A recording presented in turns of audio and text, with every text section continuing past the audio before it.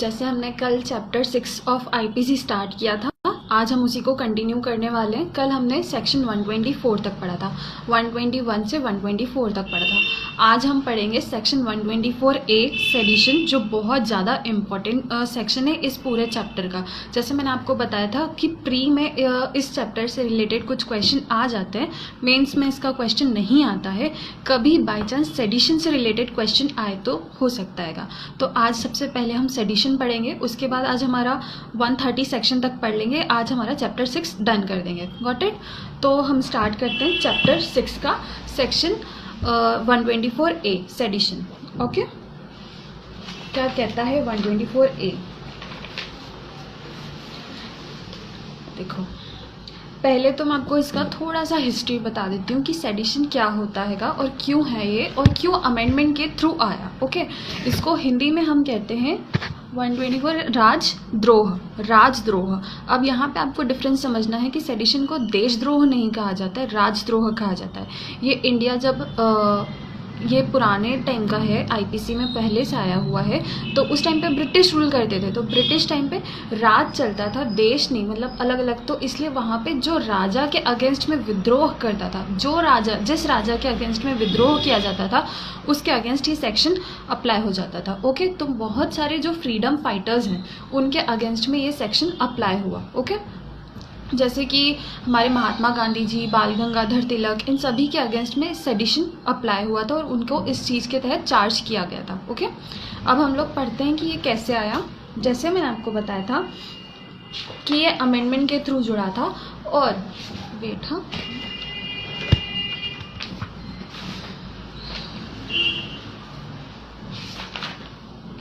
हाँ, ये दो चीज़ें बोलता है। फर्स्ट तो कि देश में स्थापित सरकार के, कई बार इसको लेकर ना कंफ्यूजन क्रिएट हो जाता है कि देश के खिलाफ जो कोई बोल रहा है उसे ये कहा जाता है, देश के अगेंस्ट में कोई कुछ काम कर रहा है तो उसके खिलाफ ये अप्लाई होता है। नहीं, ये सेक्शन अप्लाई होता है उनके अगेंस्ट में जो सरकार, जो अभी सरकार राज्य कर रही है, राज चल रहा है, जिस सरकार का, मान लो स्टेट गवर्नमेंट है या सेंट्रल गवर्नमेंट है, जिनका भी राज चल रहा है, उनके विरुद्ध अगर कोई पर्सन कुछ बोलता है, कोई एक्ट करता है, कोई साइन दिखाता है, विजिबल कुछ ऐसा एक्ट करता है जो सरकार विरुद्ध लोगों को भड़काना, जैसे कोई पर्सन है वो पोइट्री ऐसी कर रहा है या कोई ऐसी पेंटिंग हाँ, पॉज हो गया था वीडियो। तो हाँ, मैं ये कह रही थी कि ऐसा कोई काम जिससे सरकार के विरुद्ध लोगों को भड़काना या लोगों को सरकार के विरुद्ध करना, ये सब चीज़ें सेडिशन में आती है। ओके, ये देशद्रोह नहीं है। सबसे पहले तो हमको ये चीज़ याद रखनी पड़ेगी कि ये देशद्रोह नहीं है, ये राजद्रोह है। ओके, इसमें काफ़ी सारे केसेस हम पढ़ेंगे, जैसे पर एक केदारनाथ का केस सबसे इम्पॉर्टेंट केस है। ओके, फिर अब हम आते हैं इसे सेडिशन क्या बोलता है, बैरिक लैंग्वेज इसका क्या कहता है, 124A क्या कहता है। ये कहता है whoever by words, whoever आ गया मतलब whoever, जैसे मैंने आपको कल बताया था कि ये इंडियन सिटीजन भी हो सकता है, फॉरेनर भी हो सकता है। तो whoever by words either spoken और written, spoken भी हो सकते हैं, written भी हो सकते हैं, और by signs, signs मतलब कोई साइन, जैसे साइन लैंग्वेज में बात करना, इशारे करना, ये सब चीज़ें, और by visible representation or otherwise brings or attempts to bring into hatred or contempt, into hatred or contempt। Okay, यहाँ पे हमें वर्ड्स को याद रखना है। सेडिशन में मोस्टली तो वर्ड्स इंपॉर्टेंट है। ओके, तो आप जैसे जैसे वर्ड्स सुने इंपॉर्टेंट है उनको आप अंडरलाइन कर लीजिए, क्योंकि वही बाद में काम आएंगे। तो ये क्या कह रहा है, ब्रिंग इनटू हेट्रेड और कंटेम्प्ट और एक्साइट्स और attempt to excite disaffection, attempt to disaffection. आगे मैं आपको डिसअफेक्शन का मीनिंग भी बताऊंगी, ये एक्सप्लेनेशन में भी बताया गया, इसके लिए पर्टिकुलर केस भी है जिसमें डिसअफेक्शन का मीनिंग बताया गया। यहाँ पे इंपॉर्टेंट वर्ड है डिसअफेक्शन बहुत। ओके, तो excite disaffection towards the government, towards the government, यहाँ पे गवर्नमेंट आया है तो मतलब सेडिशन जो है वो गवर्नमेंट के अगेंस्ट में है, पूरे देश के अगेंस्ट में नहीं है, सिर्फ अभी जो गवर्नमेंट चल रही है उसके अगेंस्ट में। Okay, established by law in India shall be punished with imprisonment for life, LI मिलेगी इसमें, life imprisonment। Okay, then to which fine may be added, जिसमें फाइन ऐड होगा, और with imprisonment which may extend to 3 years, इसमें फिर या तो imprisonment मिलेगा 3 साल का, to which fine may be added और विथ फाइन। ठीक है, एक सेकेंड, केस प्लीज़ रिपीट करना मैम। हाँ, मैं केस अभी करूँगी रिपीट, आप शांति शांति, सब केसेस रिपीट होंगे। अभी तो मैंने सिर्फ डायरेक्ट लैंग्वेज समझाई है, अभी मैं हिंदी में आपको बता देती हूँ, फिर सारे केस लॉज, इसमें तो काफ़ी सारे केस लॉज आएंगे। ओके, अब ये हिंदी में क्या कहता है, राजद्रोह, जो कोई बोले गए या लिखे गए शब्दों द्वारा या संकेतों द्वारा, शब्दों द्वारा या संकेतों द्वारा या दृश्य रूपण द्वारा या अन्यथा भारत में विधि द्वारा स्थापित सरकार के प्रति घृणा, यहाँ पे भी आया, समझा आपको, सरकार के प्रति घृणा। तो यहाँ पे जो राजद्रोह है, जैसे सेडिशन को लेकर कई बार कई चीज़ें चलती हैं, कई बातें चलती हैं कि सेडिशन जो है वो देशद्रोह है। नहीं, सेडिशन जो है वो सरकार के विरुद्ध है, राजद्रोह है। ओके, ये देश के अगेंस्ट में क्राइम नहीं है, ये है सरकार के विरुद्ध क्राइम। ओके, सरकार के प्रति घृणा या अवमानना पैदा करेगा या पैदा करने का प्रयत्न करेगा, अप्रीति प्रदीप्त, ये भी जो गया प्रयत्न करेगा। ठीक है, तो इसमें भी मतलब प्रयत्न करेगा वर्ड आ गया, आपको ये याद रखना है। अप्रीति प्रदीप्त करेगा, प्रदीप्त करने का प्रयत्न करेगा, वह आजीवन कारावास, या तो आजीवन कारावास जिसमें जुर्माना जोड़ा जा सकेगा, या 3 वर्ष तक के कारावास जिसमें जुर्माना जोड़ा जा सकेगा या जुर्माने से दंडित किया जाएगा। पनिशमेंट क्या है इसमें, या तो LI या 3 साल तक का imprisonment with fine. Got it. तो सेडिशन हमारा ये था। अब हम इसको एक्सप्लेनेशन पढ़ लेते हैं।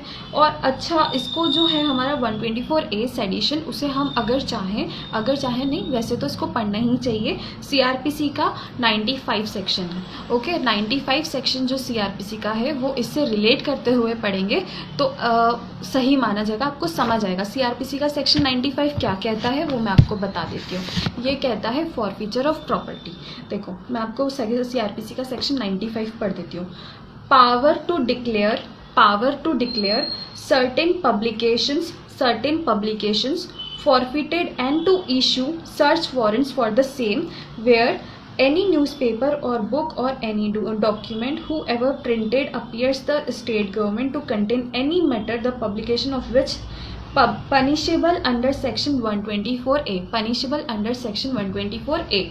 ओके, तो इसका हिंदी, बाकी तो बहुत सारे सेक्शन है, और सेक्शन 153A और सेक्शन 153B और सेक्शन 292 और सेक्शन 293 और सेक्शन 295A IPC, मतलब IPC के इतने सारे सेक्शंस डील करते हैं। जब जैसे 124A अभी हम पढ़ रहे हैं तो उसको ही हम लेते हैं। तो अगर इसमें कोई क्राइम होता है तो इसमें पावर है फॉरफीचर ऑफ प्रॉपर्टी की, तो इसमें प्रॉपर्टी जो है वो जब्त कर ली जाती है अगर न्यूज़पेपर या कहीं बुक वगैरह में सरकार के अगेंस्ट में कोई एक्शन, कुछ बोला गया है जो सरकार के विरुद्ध है। ओके, इसका अगर आप चाहें तो मैं हिंदी पढ़ देती हूँ। इसका हिंदी क्या कहता है, कुछ प्रकाशनों के संपर्हत होने की घोषणा करने और उनके लिए तलाशी वारंट जारी करने की शक्ति। ये 3 चीज़ पहले बोलता है। राज्य सरकार को प्रतीत होता है, स्टेट गवर्नमेंट को लगता है कि किसी समाचार पत्र या पुस्तक में या किसी दस्तावेज में, चाहे वह कहीं भी मुद्रित हुई हो, कोई ऐसी बात अंतर्विष्ट है जिसका प्रकाशन भारतीय दंड संहिता की धारा 124 क, भारतीय दंड संहिता की धारा 124 क या धारा 153 क या धारा 153 ख, मतलब ये जितनी भी सेक्शंस हैं वो अप्लाई हो रहे हैं, तो उसमें फॉरफीचर ऑफ प्रॉपर्टी का राइट है। ओके, स्टेट गवर्नमेंट को।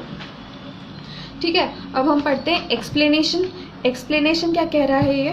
पहले मैं आपको बता दूं कि सेडिशन से कौन कौन से एक्ट अप्लाई हो रहे हैं। ओके, सेडिशन में जैसे हमारा IPC सेक्शन 124A तो अप्लाई हो ही रहा है। ठीक है, सेकंड है हमारा seditious meeting act 1911, seditious meeting act 1911, seditious meeting act 1911।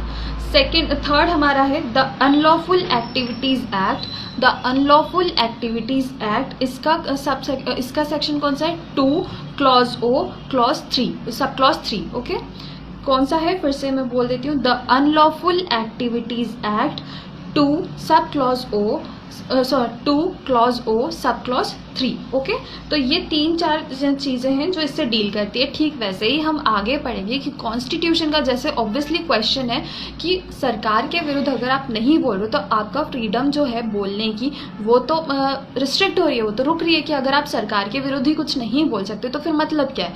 तो इसलिए एक बाद में केस हम पढ़ेंगे कि 19(1) जो है कॉन्स्टिट्यूशन का आर्टिकल 19(1) जो है वो इससे डील करता है। और वो कहता है कि उसमें केस में कहा गया था कि ये तो हमारे फ्रीडम का जो है विरुद्ध है, फ्रीडम के विरुद्ध है ये वाला सेक्शन। तो 19(2) में फिर इस केस में हेल्ड हुआ था कि 19(2) में कुछ रिस्ट्रिक्शंस बताई गई है। ओके, जो रिस्ट्रिक्शंस कहती हैं तो फ्रीडम के अगेंस्ट में है कि आप इस चीज़ का फ़ायदा नहीं उठा सकते। कुछ रिस्ट्रिक्शंस तो होती है, हर चीज़ के दो पहलू होते हैं, जैसे कुछ फ़ायदे तो कुछ नुकसान। तो इसमें ये कहा गया था कि हाँ, तो इसमें ये कहा गया था कि अगर फ्रीडम है तो उसके साथ कुछ रिस्ट्रिक्शन भी है। जैसे 19(1) में हमारा फंडामेंटल राइट है फ्रीडम का, तो 19(2) में उसके लिए कुछ रिस्ट्रिक्शंस भी बताई गई है।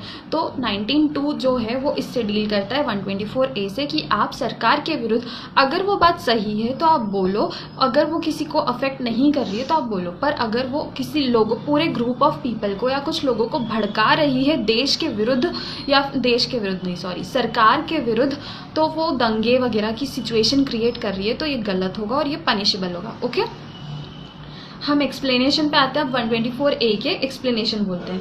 फर्स्ट एक्सप्लेनेशन कहता है ये, the expression disaffection includes disloyalty and all feelings of enmity. Explanation 1 क्या बोलता है, जैसे मैंने आपको बताया था कि डिसअफेक्शन बहुत इम्पॉर्टेंट वर्ड है इसका, तो मैं आपको इसको एक्सप्लेन कर देती हूँ। क्या कहता है explanation 1, the expression disaffection includes disloyalty and all feelings of enmity. Enmity मतलब दुश्मन या विरुद्ध करना, ऐसा। ठीक है, हिंदी क्या कहता है ये, अप्रीति पद के अंतर्गत अभक्ति और शत्रुता की समस्त भावनाएं आती है। ओके, शत्रुता की समस्त भावनाएं आती हैं। अब जैसे कि देखा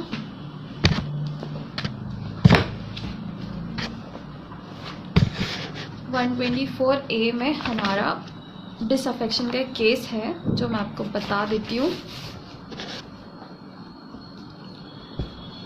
डिसअफेक्शन, हाँ, इसमें ये केस था Queen Empress versus Jogendra Chandra Bose. Queen Empress versus Jogendra Chandra Bose. इसमें क्या कहा था, चीफ जस्टिस जो थे हाई कोर्ट कलकत्ता के, उन्होंने कहा था, डिसअफेक्शन की डेफिनेशन बताई थी कि एक्चुअल में डिसअफेक्शन का मीनिंग क्या होता है। तो उन्होंने कहा था, disaffection means a feeling contrary to affection that is dislike और हेट्रेड। मतलब डिसलाइक और हेट्रेड, डिसअफेक्शन मीन्स डिसलाइक और हेट्रेड।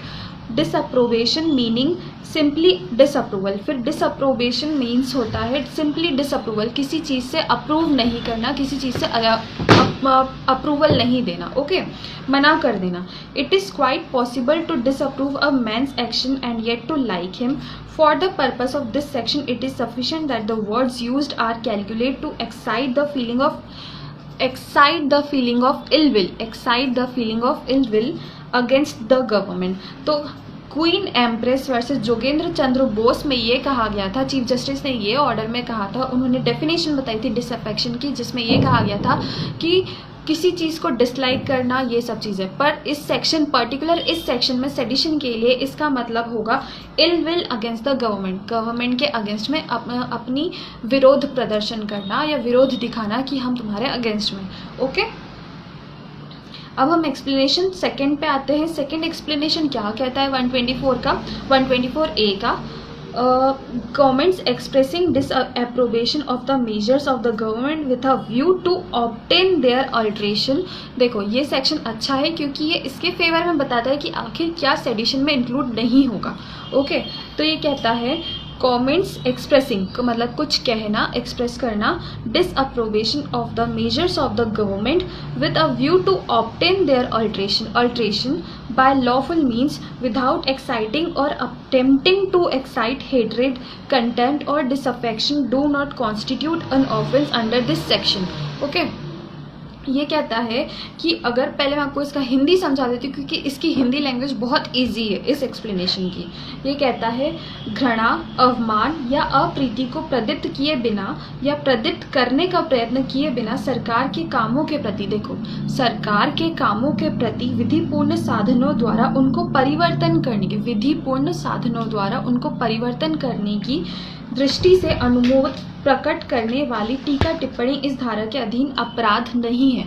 ये बताता है अपराध नहीं है। देखो क्या होता है, कई बार कुछ लोग गवर्नमेंट ने कोई रूल बना दिया और उसका विरोध करना चाहते हैं, पर लीगल मीन्स के थ्रू, ऐसा नहीं कि दंगे फसाद कर रहे हैं या लड़ रहे हैं, झगड़ रहे हैं, नहीं, लीगल वे में वो बता रहे हैं कि हम इसके विरोध में हैं, लीगली वो उसके अगेंस्ट में बता रहे कि हमको ये चीज़ पसंद नहीं है, आप इसको ऑल्टर करो, आप इसको चेंज करो, तो वो चीज़ यहाँ अपराध नहीं मानी जाएगी। ओके, इसका फिर हम एक्सप्लेनेशन 3 पे आते हैं। एक्सप्लेनेशन 3 क्या बोलता है, एक second,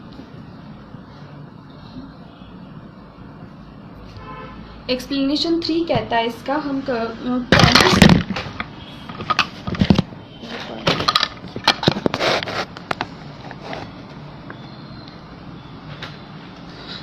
comments expressing disapprobation of the administrative or other action of the government without exciting or attempting to excite hatred, contempt or disaffection do not constitute an offense under this section. Okay, अब clause 3 क्या बोलता है इसका, मतलब sorry, explanation 3 मैं आपको read कर देती हूँ हिंदी में, क्योंकि हिंदी जैसे मैंने आपको बताया ईजी है। घृणा, अवमान या अप्रीति को प्रदत्त किए बिना या प्रदत्त करने का प्रयत्न किए बिना सरकार की प्रशासनिक या अन्य क्रिया के प्रति, अब यहाँ पे सरकार की प्रशासनिक क्रिया आ गई। जैसे पहले हमने बोला सरकार ने कोई रूल बनाया है, उसके अगेंस्ट में हम हैं, तो वो लीगल मीन्स के थ्रू हम कुछ उसका वो अगेंस्ट में है और लीगल मीन्स के थ्रू बता रहे कि आप इसको ऑल्टर करो, चेंज करो, तो वो सेडिशन नहीं कहलाएगा। ठीक वैसे ही एक्सप्लेनेशन 3 क्या कह रहा है कि घृणा, अवमान या अप्रीति को प्रदत्त किए बिना, घृणा ये सब चीज़ें फैलाए बिना, स्प्रेड नहीं कर रहे, हम दंगा फसाद नहीं कर रहे, कोई कमेंट एक्सप्रेस नहीं कर रहे, डिसअप्रोबेशन नहीं कर रहे, डिसअफेक्शन नहीं दिखा रहे, तो उसके बिना प्रदत्त करने का प्रयत्न किए बिना सरकार की प्रशासनिक, मतलब एडमिनिस्ट्रेटिव चीज़ें जो हैं या अन्य क्रिया के प्रति अनुमोदन करने का प्रकट करने वाली टीका टिप्पणी द्वारा धारा के अधीन अपराध घटित नहीं होगा। अगर उन सबकी प्रशासनिक विधि को बिगाड़े बिना, हम प्रशासनिक विधि के अगेंस्ट में है कोई चीज़, पर उसको बिगाड़े बिना हम उसके अगेंस्ट में बता रहे हैं कि हमको ये चीज़ पसंद नहीं है, तो वो सेडिशन नहीं कहलाएगी। ओके, यहाँ पे हमारा सेक्शन 124A होता है ख़त्म। अब मैं आपको इसके केस लॉज बता देती हूँ तो आपको आएगा समझ थोड़ा सा अच्छे से। Raghubir Singh versus state of Bihar, Raghubir Singh versus state of Bihar, इसमें क्या कहा गया था कि recovery of seditious material, recovery of seditious material in the form of letter is enough for prosecution of a person under this section through the person who was in possession and from whom the said material was recovered। देखो मैं क्या इसको बता देती हूँ। इसमें कहा गया था एक पर्सन है, उसने लेटर में कुछ ऐसा लिख दिया, एक पोइट्री या फिर कुछ ऐसा स्टूडेंट्स को भड़काने के लिए कि तुम्हें इनके अगेंस्ट में जाना चाहिए, और कुछ ऐसी पोइट्री लिखी जिससे स्टूडेंट्स प्रभावित हो जाए, वो अब सरकार के विरुद्ध कुछ काम करने लग जाए। ठीक है, तो ये मटेरियल अगर किसी को मिलता है तो वो ऑब्वियसली उसके नॉलेज में आएगा और वो इस चीज़ को एक्सेप्ट कर सकता है।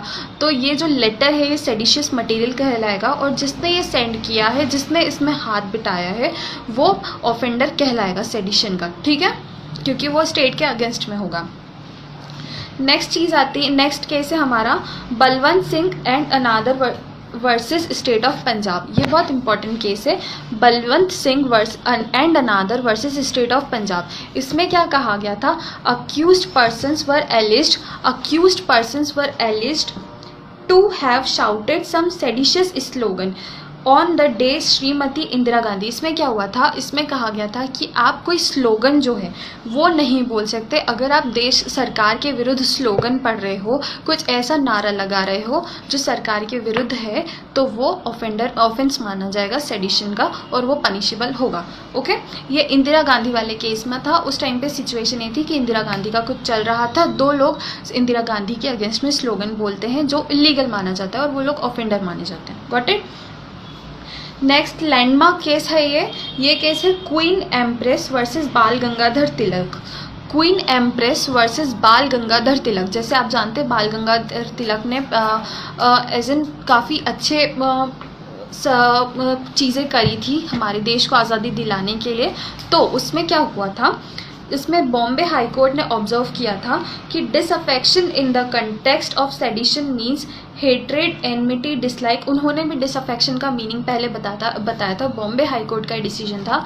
फिर इसमें ये कहा गया था कि disloyalty is perhaps the best general term comprehending every possible form of bad feeling to the government। मतलब अगर आप कुछ ऐसा कर रहे हो जो गवर्नमेंट के खिलाफ बैड फीलिंग जनरेट कर रहा है, बैड फीलिंग जनरेट कर रहा है, the amount of insanity, the amount or intensity of the disaffection is absolutely immaterial except perhaps in dealing with the question of punishment. If a person excites मतलब उकसाता है लोगों को, वो खुद ऐसा कुछ कर रहा है जिससे लोग एक्साइट हो जाए कुछ ऐसा करने के लिए जो सरकार के विरुद्ध है, सरकार के विद्रोह में कुछ ऐसा करना, उसके लिए उत्तेजित करना लोगों को।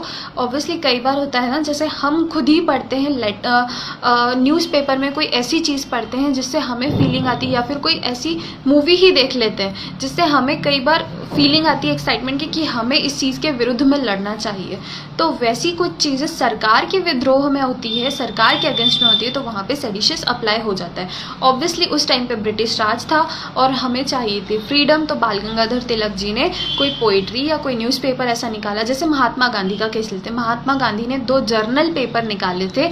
उन 2 जर्नल पेपर में उन्होंने ब्रिटिश राज के खिलाफ लोगों को कैसे खड़ा किया जाए, लोगों में कैसे हिम्मत जगाई जाए कि वो ब्रिटिश सरकार के खिलाफ हो जाए, तो इसलिए उन्होंने वो जर्नल निकाले। तो ब्रिटिश सरकार ने उन्हें सेडिशन का ऑफेंडर मान लिया, क्योंकि वो राजद्रोह हुआ। उस टाइम पे राज कौन करता था? ब्रिटिश सरकार। ओके, तो बहुत सारे केसेस सेडिशन के उस टाइम के मिलेंगे, क्योंकि वहाँ पे फ्रीडम फाइटर जो हमारे थे सभी, वो सब इनके अगेंस्ट में करते थे ट्राई।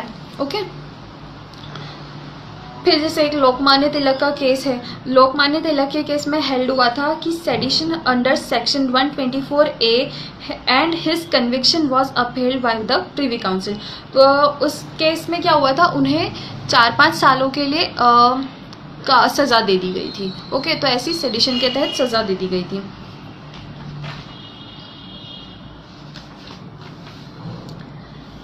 नेक्स्ट सेक्शन में जैसे कॉन्स्टिट्यूशन वैलिडिटी वाला, हाँ आप केसेस पूछ रहे थे कॉन्स्टिट्यूशन वैलिडिटी वाला, उसमें केस लॉस। तो पहला केस लॉ आप नोट कीजिए, Tara Singh Gopichand versus state.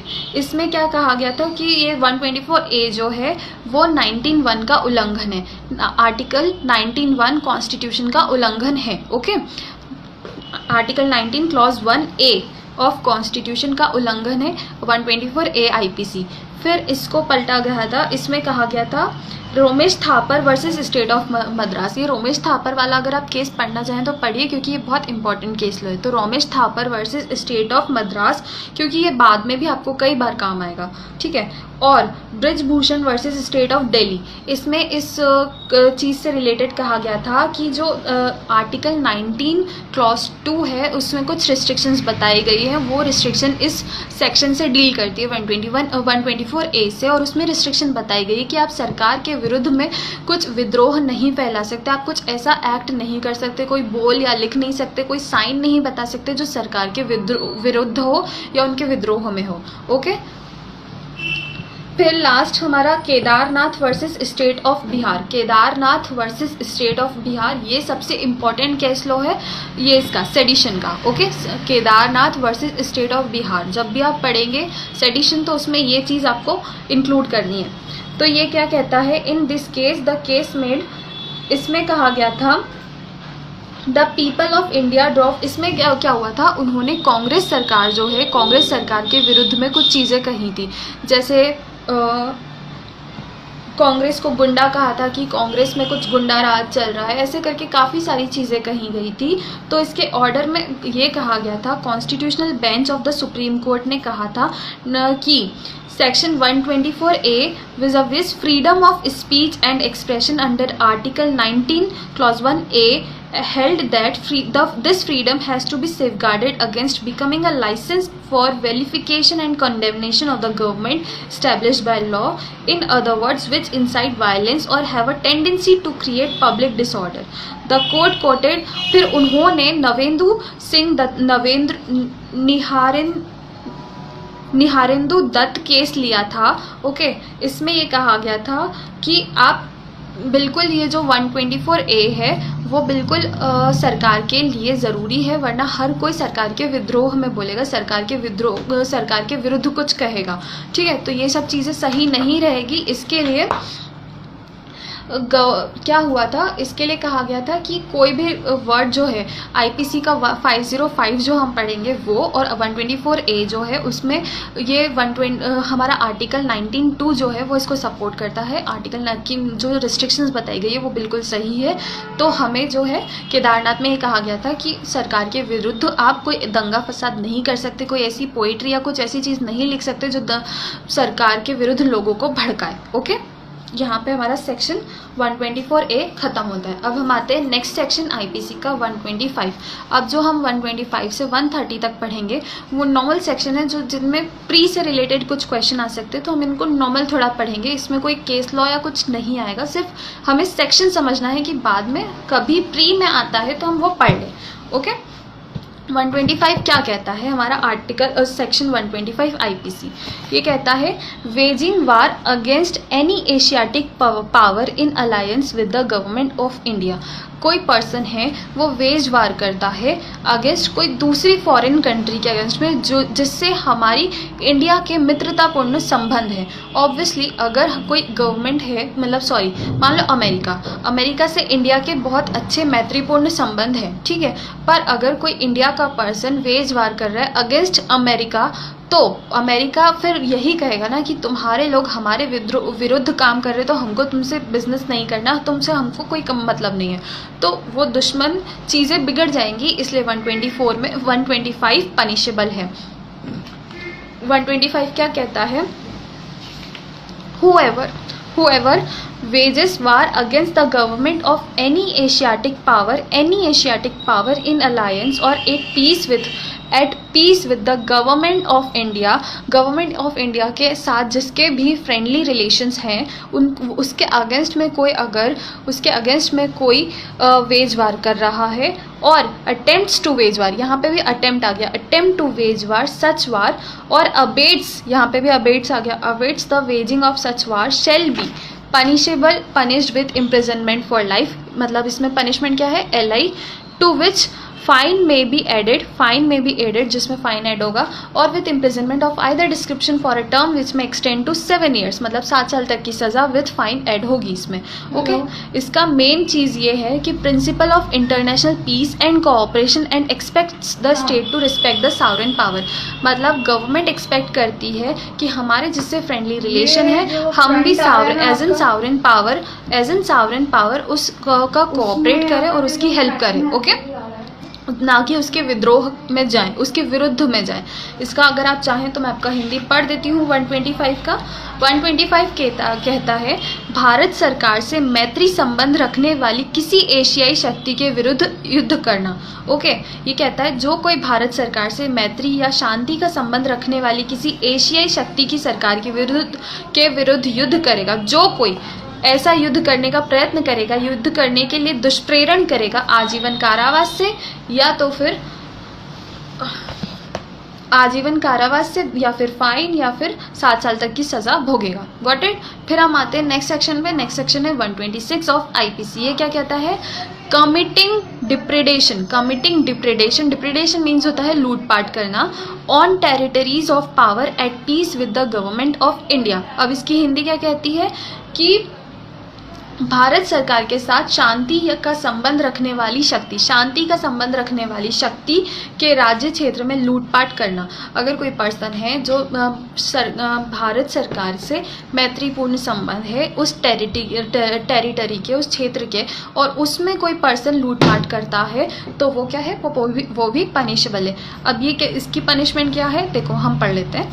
Whoever commits depredation or makes preparation to commit depredation on the territories of any power in alliance or at peace with the government of India shall be punished with imprisonment of either description for a term which may extend to 7 year। मतलब 7 साल तक की सज़ा और या फिर fine या फिर फॉरफीचर ऑफ एनी प्रॉपर्टी। जैसे मैंने आपको बताया कि हमारा सीआरपीसी का सेक्शन डील कर रहा था, ठीक वैसे ही इसमें forfeiture of any property used or indeed to be used in committing such depredation or acquired bye such representation. मतलब क्या होता है, यहाँ पे जिसने भी प्रिपरेशन की है, यहाँ पे भी प्रिपरेशन क्या है, पनिशेबल है, ठीक है। उसके लूटपाट करने के लिए जो प्रिपरेशन की है, गन्स का यूज़ किया या जो भी चीज़ का यूज़ किया है, तो पनिशमेंट क्या है, सज़ा तो जो है वो है ही सही, उसके साथ में फॉरफीचर ऑफ प्रॉपर्टी भी है। मतलब जो प्रॉपर्टी लूटी गई है वो भी, और जो चीज़ों का यूज़ किया गया लूटपाट के लिए उन चीज़ों को फॉरफीट किया जा सकता है, उन चीज़ों को जब्त किया जा सकता है। Got it. 126 हमारा यहाँ पे होता है ख़त्म। हिंदी तो इसका मैंने पढ़ ही दिया था, हाँ हिंदी पढ़ लिया था। अब 127, ये 127 जो है वो 125 और 126 जो हमने पढ़ा है उससे डील करता है। ये क्या कहता है, रिसीविंग प्रॉपर्टी टेकन बाय वार और डिप्रेडेशन मेंशन्ड इन सेक्शन 125 एंड 126। इसमें क्या बोल रहा है ये कि प्रॉपर्टी जो मिल रही है, हमने जो धारा 125 और 126 पढ़ी है उसमें जो हमें प्रॉपर्टी मिल रही है, मतलब जो भी ये क्राइम कर रहा है, जो भी जैसे वेजवार कर रहा है या लूटपाट कर रहा है, उससे जो प्रॉपर्टी मिल रही है, जो प्रॉपर्टी रिसीव हो रही है, उसको क्या करने का है, उसको रिसीविंग प्रॉपर्टी टेकन बाय वार और डिप्रेडेशन मेंशन्ड इन सेक्शन 125 एंड 126। अब ये क्या एक्सप्लेन करता है, whoever मतलब कोई भी receives any property knowing the same to have been taken in the commission. Taken in the commission मतलब इन चीज़ों के कमिट होने से जो प्रॉपर्टी मिली है और वो रख रहा है, of any of the offences made in section 125 and 126 shall be punished with imprisonment of either description for a term which में एक्सटेंड टू 7 years। मतलब 7 साल तक की सज़ा है विथ फाइन और फॉरफीचर ऑफ प्रॉपर्टी जो मिली है। ओके, इसका हिंदी में आपको पढ़ देती हूँ। धारा 125 और 126 में वर्णित युद्ध या लूटपाट द्वारा ली गई संपत्ति प्राप्त करना। ये क्या कहता है, जो कोई किसी संपत्ति को यह जानते हुए प्राप्त करेगा कि वह धारा 125 और 126 में वर्णित अपराधों में से किसी के किए जाने में ली गई है, वह दोनों में से किसी भांति के कारावास से जिसकी अवधि, मतलब अगर इन दोनों ऑफेंसेस में अगर वो जो भी हुए हैं 125 और 126 में, उनमें का ऑफेंस हुआ है और उससे जो प्रॉपर्टी मिली है, अगर वो पर्सन वो प्रॉपर्टी रख रहा है तो वो 127 के तहत पनिशेबल है। Got it. अब हम 128 पे आते हैं। 128 पब्लिक सर्वेंट से डील करता है। ओके, 128 जो है वो आप आईपीसी के सेक्शन 225 का क्लॉज ए से से रिलेट करते हुए पढ़ेंगे तो अच्छा रहेगा। अभी हम 128 पढ़ रहे हैं, फिर इसका आईपीसी का 225 का क्लॉज ए भी इसके साथ रीड विद पढ़ा जाएगा, इसके साथ पढ़ा जाएगा। अभी 128 क्या कहता है, public servant voluntarily allowing prisoner of state और ऑफ वार टू स्केप। मतलब कोई प्रिजनर है उसको भागने में अलाउ कर रहा है, मदद कर रहा है, तो पब्लिक सर्वेंट इसके तहत 128 में पनिशेबल होगा।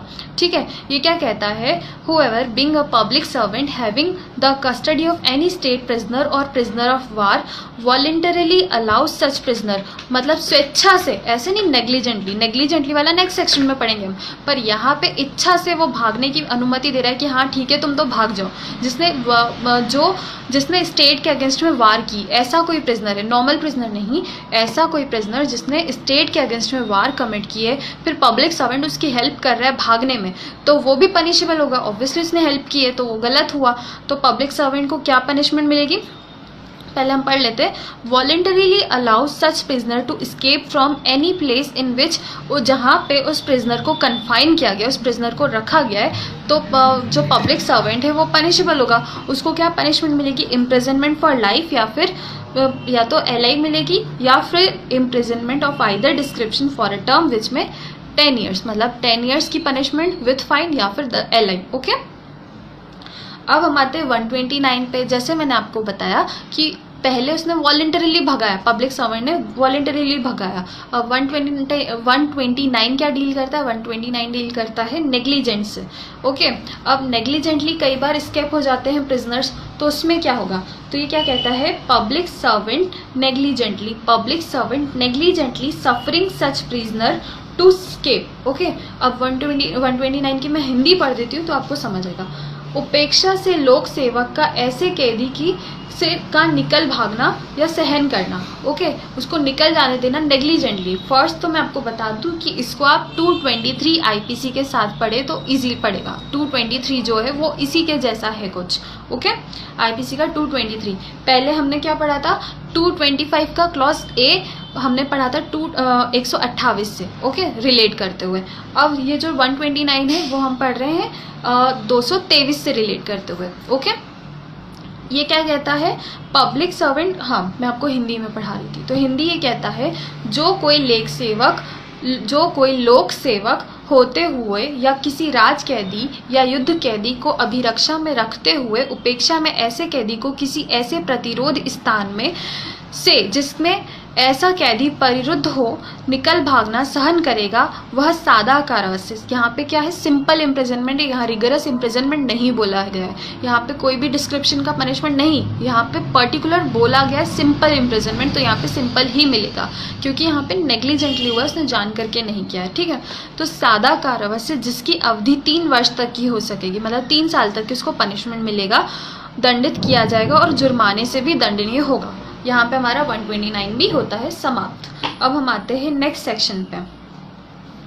नेक्स्ट सेक्शन जो है 130 आईपीसी का, ये क्या कहता है, एडिंग एस्केप मतलब भागने में मदद करना, ऑफ रेस्क्यूइंग और हार्बरिंग। हमने हार्बरिंग कहाँ पढ़ा था आईपीसी में, हमने हार्बरिंग पढ़ा था 52 का क्लॉज ए में। आईपीसी का हमने पढ़ा था जब हम डेफिनेशन एक्सप्लेनेशन वर्ड पढ़ रहे थे, चैप्टर 2 एक्सप्लेनेशन, उसमें हमारा लास्ट सेक्शन था 52 क्लॉज ए हार्बर। तो हमने हार्बर पढ़ा था, मतलब किसी को शरण देना, जैसे कोई भाग के आया है कोई अपराधी, उसको शरण देना कि हाँ भाई तुम यहाँ आ जाओ, यहाँ छुप जाओ, तो वो चीज़ें यहाँ पे बताई गई है। एडिंग एस्केप ऑफ रेस्क्यूइंग और हार्बरिंग सच प्रिजनर। पहले मैं आप लोगों को बता दूं 129 जो हमने पढ़ा वो बेलेबल ऑफेंस है, वरना हम स्टेट में जितने भी ऑफेंस पढ़े ना इस चैप्टर में वो सभी नॉन बेलेबल है, नॉन कंपाउंडेबल है और कॉग्निजेबल ऑफेंस है और tribal by court of session है। पर ये पर्टिकुलर 129 क्लॉज सेक्शन जो है ना ये बेलेबल ऑफेंस है, इसमें बेल मिल सकती है। ओके, वो बेलेबल ऑफेंस कहाँ बताया गया ये भी मैं आपको बता देती हूँ। बेलेबल ऑफेंस सीआरपीसी के सेक्शन 436 में डिफाइन किया गया है। सीआरपीसी का सेक्शन 436 में बेलेबल ऑफेंस डिफाइन किया गया है। और ये कौन सा इसे कौन ट्राई करेगा, इसे जेएमएफसी यानी judicial magistrate of first class इसको ट्रायल करेंगे। ओके, सेक्शन कौन सा, 129 ऑफ आईपीसी। 129 ऑफ आईपीसी ये थोड़ा सा अलग ही है, सिंपल है, मतलब इसमें सिंपल इम्प्रिजनमेंट मिलेगा, इसमें बेल मिल सकती है, इसमें जेएमएफसी ट्राई करते हैं। गॉट इट, तो ये 3 चीज़ें हैं, बाकी तो जैसा पुराना है सब कॉग्निजेबल ऑफेंस है ये सब चीज़ें। ओके, और नॉन कंपाउंडेबल मतलब मैंने आपको बताया था जिसमें सेटलमेंट नहीं हो सकता, इसमें पनिशमेंट मिलेगा ही क्योंकि ये क्या होते हैं, सीरियस क्राइम होते हैं। अब हम 130 पढ़ रहे थे, 130 में आपको बता दूं एडिंग एस्केप ऑफ रेस्क्यूइंग और हार्बरिंग सच प्रिजनर। किसी पर्सन को, पहले मैं हिंदी बता देती हूँ, ऐसे कैदी के निकल भागने में सहायता देना, उसे छुड़ाना या संशय देना। अब ये क्या बोल रहा है, जो कोई जानते हुए किसी राज कैदी या युद्ध कैदी को विधिपूर्ण अभिरक्षा से निकल भागने में मदद या सहायता देगा। ठीक है, किसी भी राज कैदी को, मतलब जो इस पूरे पर्टिकुलर चैप्टर में आ रहे हैं वो राज कैदी कहलाएंगे, उनको भागने में मदद कर रहा है विधिपूर्ण अभिरक्षा से निकल जाने में मदद करता है, सहायता करता है, ऐसी कैदी को छुड़ाएगा या छुड़ाने का प्रयत्न करेगा तो ऐसे कैदी को विधिपूर्ण अभिरक्षा से निकल भाग जाता है, संशय देगा या छिपाएगा, संशय यानी हार्बर करेगा या फिर छिपा कर रखेगा कि तुम यहाँ छुप जाओ या तुम्हें कोई नहीं पकड़ पाएगा, ऐसे कैदी को फिर से पकड़े जाने का प्रतिरोध करेगा कि वो सेकेंड टाइम पकड़ा ना जाए, तो करने का प्रयत्न करेगा, वह आजीवन कारावास से मतलब LI मिलेगा उसको, या दोनों में से किसी भांति के कारावास से, मतलब डिस्क्रिप्शन कैसा हो सकता है, या तो रिगरस या सिंपल इम्प्रिजनमेंट मिल सकता है, जिसकी अवधि 10 वर्ष तक की हो सकेगी, 10 साल तक की इम्प्रिजनमेंट होगी, रिगरस या सिंपल, ओके, वो जज पे डिपेंड करता है। दंडित किया जाएगा और जुर्माना भी इसमें होगा, ओके। तो जैसे मैंने आपको बताया, इसका इंग्लिश में आपको पढ़ देती हूँ।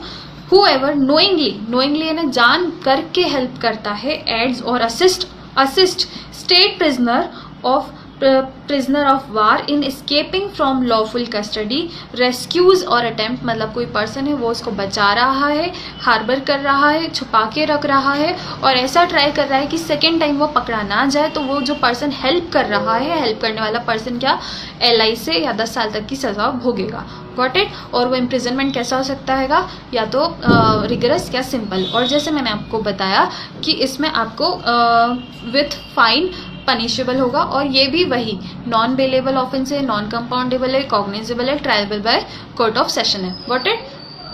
अब हम पढ़ते हैं इसका एक्सप्लेनेशन। इसका एक्सप्लेनेशन क्या कहता है, ये कहता है अ स्टेट प्रिजनर और prisoner of war who is permitted to be at large on his payroll within certain limits in India is said to escape from lawful custody if he goes beyond the limit within which he is allowed to be at large। मान लो state prisoner जो है उसको सरकार ने payroll पे छूट दी है, जैसे अभी भी कोरोना चल रहा है तो कई लोगों को पेरोल पे छोड़ा गया, ठीक है। अब वो पेरोल में लिमिट तय होती है, आप जैसे पेरोल का भी एक एक्ट है, अगर वो पढ़ेंगे बाद में, ठीक है। तो पेरोल पे अगर छोड़ा गया है और वो पेरोल के ज्यूरिसडिक्शन तय होता है कि आप इस ज्यूरिसडिक्शन में ही रहेंगे, पेरोल टाइम में आप इस क्षेत्र को छोड़ के नहीं जा सकते। कई सारी पेरोल पे छोड़ने के बाद कंडीशंस होती है और उन कंडीशंस को मानना होता है, वरना वापस कैद कर लिया जाता है। तो पेरोल के टाइम पे अगर आप वो क्षेत्राधिकार छोड़ के गए, वो स्टेट प्रिजनर छोड़ के गया, तो वो ऐसा माना जाएगा कि वो वापस भाग चुका है, वो स्केप कर चुका है वो प्रिजनर, गॉट इट। तो यहाँ पे हमारा चैप्टर 6 होता है फिनिश, चैप्टर 6 होता है ख़त्म। कल से हम चैप्टर 7 स्टार्ट करेंगे, offences relating to the army, navy और एयरफोर्स, ओके। तो अब मैं कमेंट्स ऑन कर देती हूँ। अब आप मुझे बता देना आज का सेशन कैसा रहा और कोई डाउट हो तो।